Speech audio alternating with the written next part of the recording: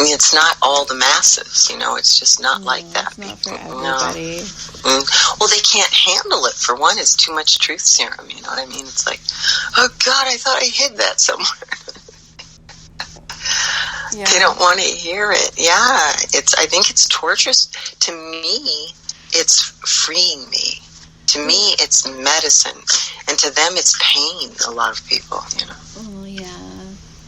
Some people don't want to hear the truth. Yeah, they can't handle. And so, anyway, it's sad, but I wish they could for their sake. They'd be so much better off, But anyway, what are you going to do? I was just thinking, I can't remember what publication it was off the top of my head, but one of the major platforms posted a nude photo of Melania Trump. Oh, yeah. And, it's like, I've gone over this on my blog many times about the targeting and the public humiliation, the MK Ultra. Yeah, that's what they have to do when they have nowhere else and no other recourse. That's what they do. Low lives that they are. It's not just that. They're at every level of society. And I also posted like a little tag that said, how many Jeffrey Epsteins do we have in every community at every level of society? Did you get to see that interview with, I can't say his name, Buyan, it's a guy that is, got a movie out, okay, and it's about human trafficking, what's it called, 8 years. Yeah, it's called 8 years. And anyway, he's on Mark Levin's show. You've got to watch it. And that's one of his last shows. He had a little snippet of the show, and I watched the whole show in detail because he's actually telling about how bad the trafficking is, what happened to his sister. She was missing 6 years. And I mean, it is really bad. It's like he's saying the demand for it is really, I mean, okay, there's Jeffrey Epstein level, but there's also, policemen and plumbers and principals. And I mean, these people that buy this, I mean, there's a huge market. There's Child Protective Services. Well, yeah, through them, yeah, too, I know. And, it's horrifying. And not only that, when they take them real young and then they, traumatize them, God only knows what they do when they have them separate from the mother when they're real young, and trying to set them up for later, and traumatize them, you know what I'm saying, to fracture them, and you know that. But it doesn't always work because it depends on how much love the child has to heal them, and protection, and all of it. There's a lot of variables involved in factors. But, anyway, he was on, I forget, Tekun, or I can't say his name. He has a Jayan, or, it's an odd African-style name. He's white, but he was raised, I think, in Africa. Anyway, so he's maybe French-Polynesian or something, but at any rate, he's very intelligent, and his actual stats are really upwards of 300,000 that they know of. That's 1% that are trafficked a year in this country, and 76,000 in Texas alone. Wow.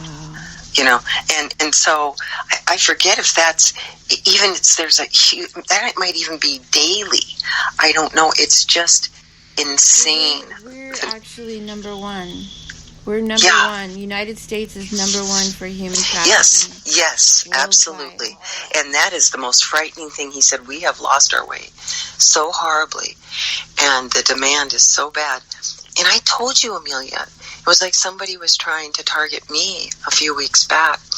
I got the eeriest feeling about this woman on the sidewalk, the way she was staring at me, this goofy, like, mindless smile. And she just kept ogling me when I was in the car, and this white car pulls up right along next mine when I'm parking. It's on one of our major streets downtown here.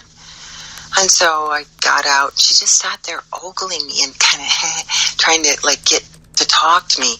And I was busy. And so anyway, I got out of the car after I parked it, and I was going across the street to this little store, Anyway, so I went, but as I walked away, the guy pulls up right next to my car, and he goes, "You should look pretty or beautiful today," or something. And I just got this creepiest, dirtiest feeling the way he said it. It was just weird. And then I said thanks, kind of, and I just looked the other way and kept continuing quickly. And then he goes, "Well, that's real nice. You don't even stop," or blah, blah. And he was saying some weird thing as I was walking away, and she started talking with him, went up to the car, leaning in. And it was just so creepy. And so then when I came out of the store, she was still there, sitting there staring at my car, and he had left. And I got in my car, and I just didn't say a word and set my purse down on the seat and was going to get ready to drive. And she's like, looking at me, and I said, "What's so funny?"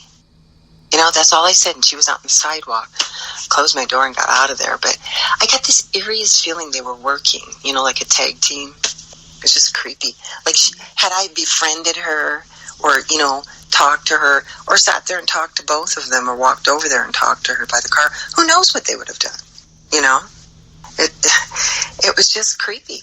I can't tell you the cold chill and the way it felt so demanding of him. And, so it's everywhere. It doesn't matter about your age anymore. It doesn't matter how young or what age you are. It really doesn't. It's just if you're viable enough or if they can use you, It's horrifying. Well, and the thing is it's not like how people perceive it to be, like, it's happening on the streets or in parking lots. It's happening in suburban homes. And oh, I know, it's their parents themselves.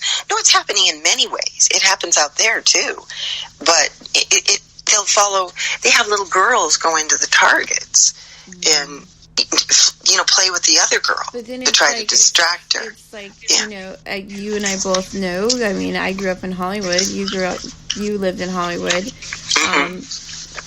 It's in these modeling agencies. It's, it's... Yeah, you heard all about, what's her name? Kourtney Kardashian. No, not Kourtney, but the youngest one. What's her name? Why can't I think of the young? I can't. Is it not Kylie? Yeah, Kylie. Kylie. I don't think it's Kylie. Yeah, it's Kylie Jenner, and she, she told all about Victoria's Secrets being high-class call girls. They're just nothing other than, and I mean, that's not surprising, and if you're going to starve yourself 24/7, run around in your underwear constantly, that's a little indicative of something wrong already, isn't it? Yeah, think about it. I'm just, anyways, then I saw this naked photo of the First Lady. Oh, sad. I mean, you know what? Big flipping deal. She was young and she had a naked photo taken. Oh, God, so sue her, I mean, the jealousy is so huge with her. And what if we did that to everybody? Every single thing anyone did wrong. You know what I mean? There's none. Well, the targeting and the bullying that goes on and the humiliation that goes on when there is this, I don't know, like a collective or like a... I know. It's pretty sad. To say? Like, I'm not... Oh, I do. Yet they cover, like that whole thing with... Who was the guy that was... the one that was Kavanaugh. I mean, that whole thing stunk to high heaven. And the one that was the witness was one of the most wretched, little crazy, wild teenagers you could ever find. And so they keep all their stuff under wraps. You know what I mean? That's what blows my mind. They're the most corrupt and rotten of everything and everyone. Yet because they manipulate the media, and they're rotten enough to tear other people apart, where other people aren't that rotten. Do you know what I'm trying to say? That's how they get ahead in the first place, because they have zero morals. Mm-hmm. They'll do anything or whatever it takes, just like the Clintons. I mean, Hillary herself came from a mob family. Yeah. I mean, yeah. I mean, thuggery at the highest level, I mean, so it isn't surprising that that's what she resorts to, because that's what she learned as a girl, Yeah. So it's a sad world, but it's okay. At least it's becoming uncovered. And, thankfully for Melania, she's gorgeous. So at least if she has to be uncovered, there's beauty involved. I mean, and we know she's a woman. And yeah, right. Exactly. We know she's intact as a true female. I mean, it's so horrible. I mean, I'd love to see how they survived coming out of a place like Russia and trying to become someone. You know what I mean? Mm-hmm. Like, it all makes me so sick, this holier than thou. Ugh, it's just, you know what I'm saying. I mean, it's just, and then the youngest Kennedy now, that young girl killing herself. Because, you can't raise kids the way they do. She was one of the biggest, little liberals that you could imagine. Full-on abortion, full-on, all of it. Mm-hmm. Everything. And it drove her nuts. Because, you see, when there is no reason, then there becomes no reason to even be. Do you know what I mean? There's no reasoning with these people. There's no logic. There's no... That's what I'm saying. That's why they go off the deep end, because there is no stability. Yeah, in one breath they're like, oh, we're pro-abortion. And then in the next they're protesting, they're protesting, they want... body sovereignty to be able to kill their own child. Yeah, yet you have to be forced medical treatments. Forced vaccination, Right. It's utter and complete insanity. Let's save the kids and the babies from the guns, but let's kill them and slice their throat on the day they're born. Which is it? God, these people, the hypocrisy is unbearable. Wow. It really is stinking to high heaven. But the good news is it is getting exposed. I mean, never in my life have I seen things so overtly outward. It's like, it's really almost scary how open everything is now about what's going on. And there's not a lot of people who don't know. And I'm surprised when I actually go out to talk to people, how much people really actually know. Mm-hmm. Yeah. That's actually good. That is really good. And I see more and more people that I talk to that are getting it. I mean, even my dentist's office today, both of the girls up front were saying how absolutely insane they're getting with all this. I mean, can you believe that they want to now call a manhole a maintenance hole? I mean, it's unbelievable. You should have heard what my granddaughter said. This shows, though, what they're teaching them or what the kids are learning on the internet. She's only going to be 9 this month coming up. My friend Al Jacobson, the author that I had on my show as a guest, he wrote, well, if we take out man out of Manhattan, we have Hayden. Oh, I love it. That's good. Well, that's really good. You got to hear what this little 9-year-old said. So she says, I said, can you believe they don't want to call a manhole a maintenance hole, I was saying? She goes, well, why don't they just call it a panhole? And I just thought it was so funny because, pansexuality is everything. I said, where did you even... Oh, gosh, I can't even believe it. But, I mean, that is about how sick it is. I mean, and now the thing with the shaking the hands in the air because it's a sensory overload to clap. Like, I cannot. I just can't take it anymore. It's just too much. Are you serious? I'm serious. They want you to shake your hands. And so my granddaughter also, she goes, well, but Nana, she goes, the deaf won't be able to hear it. And she goes, and the blind won't be able to see it.